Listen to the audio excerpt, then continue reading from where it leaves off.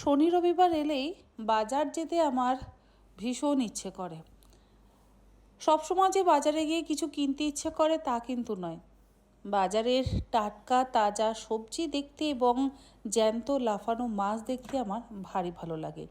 আর শনি এবং রবিবার দেখবেন বাজারে প্রচুর সবজিও পাওয়া যায় এবং টাটকা জ্যান্ত মাছও কিন্তু খুব পাওয়া যায়। মানে শনি রবিবারটা মোটামুটি বাজার একদম ভর্তি থাকে। বাকি দিনগুলো কেমন যেন কেউ হয়তো আসে না, কারোর কাছে দুটো চারটে সবজি কম থাকে, এরকম অনেক সময় আমি দেখেছি।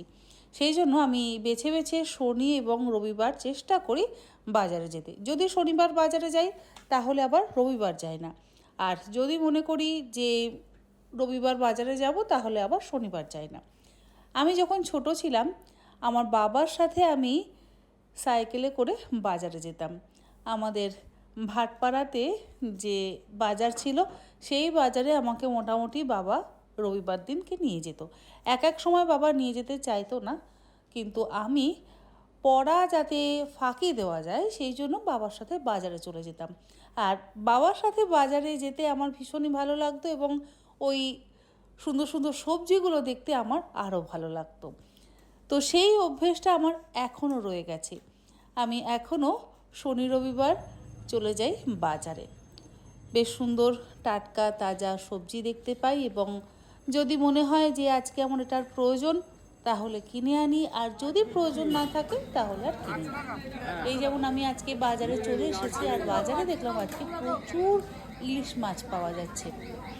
খুব একটা বড় সাইজের নয়, ওই 800-900 গ্রাম ওজনের ইলিশ মাছ। তো সেই দেখে আমি আবারও একটা ইলিশ মাছ নিয়ে এলাম। গত সপ্তাহতে নিয়ে এসেছি, কিন্তু সেটা যেহেতু ডিপ ফ্রিজে স্টোর করে রেখেছি তাই ভাবলাম ওটাকে আর আজকে কাটবো না, আজকে একদম টাটকা ফ্রেশ একটা ইলিশ মাছ নিয়ে এসে খাওয়া যাক। আর ইলিশ মাছ খেতে আমরা সকলেই ভীষণই ভালোবাসি। আমার ছেলে অবশ্য ইলিশ মাছ খেতে একেবারে পছন্দ করে না। ছোটোবেলায় ওকে না খুব ইলিশ মাছ খাইয়েছি, কিন্তু যত বড় হতে লাগলো তত কিন্তু ইলিশ মাছের থেকে একদম দূরে সরতে লাগলো। যাই হোক, আজকে বাজার থেকে ইলিশ মাছ নিয়ে এসে ওই এক ধোয়া করে লবণ আর হলুদ গুঁড়ো মাখিয়ে কড়াইতে সর্ষের তেল দিয়ে কালো জিরে আর কাঁচা লঙ্কা ফোড়ন দিয়ে তার মধ্যে বেশ একটু বড় বড় লম্বা লম্বা টুকরো করে বেগুন কেটে তারপরে হলুদ আর একটু লঙ্কার গুঁড়ো দিয়ে জল দিয়ে লবণ আর মাছগুলোকে দিয়ে 5-6 মিনিট ফুটিয়ে নিলাম। তৈরি হয়ে গেল দারুণ স্বাদের কালো জিরে কাঁচা লঙ্কা দিয়ে বেগুন ইলিশ। গরম ভাতের সাথে স্বাদ কিন্তু অসাধারণ। সর্ষে বাটা ইলিশের থেকে আমার এই বেগুন ইলিশ খেতে বেশি ভালো লাগে।